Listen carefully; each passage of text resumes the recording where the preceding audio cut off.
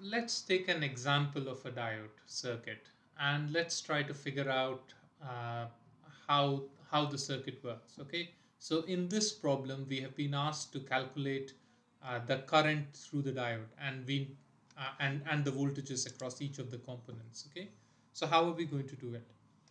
I think the easiest way to do it would be to assume so the diode can have uh, two areas of operation, right? The diode can either be on or it can be off. Or in other words, the diode can be in the forward bias, and you also call that the diode being on. And the reverse bias is also called the diode being off. So it can be in the forward bias or the reverse bias.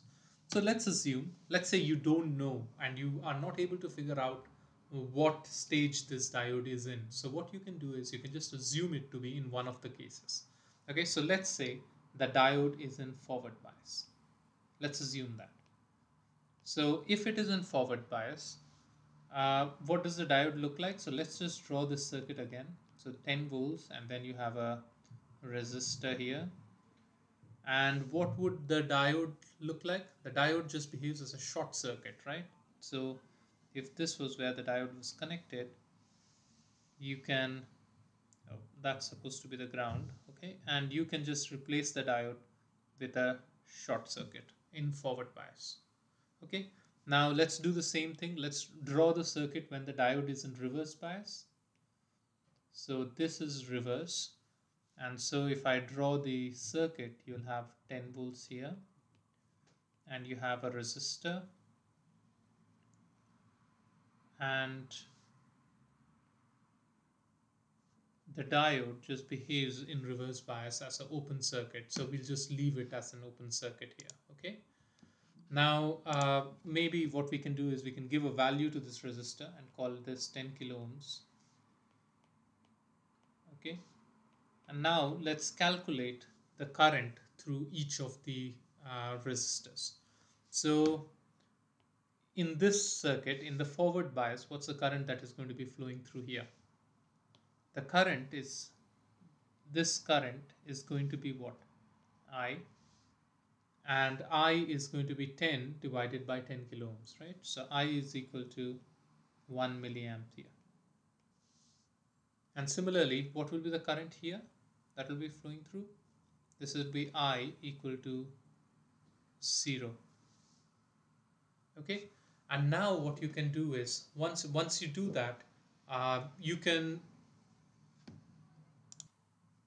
verify whether the assumptions that we made are correct or not. So for example, in the forward bias case, we assume that the diode is in forward bias, and we also figured out that the current is 1 milliampere here, which means that the current is flowing in this direction and the current is 1 milliampere, and that seems to be consistent with the assumption that we made of forward bias, right?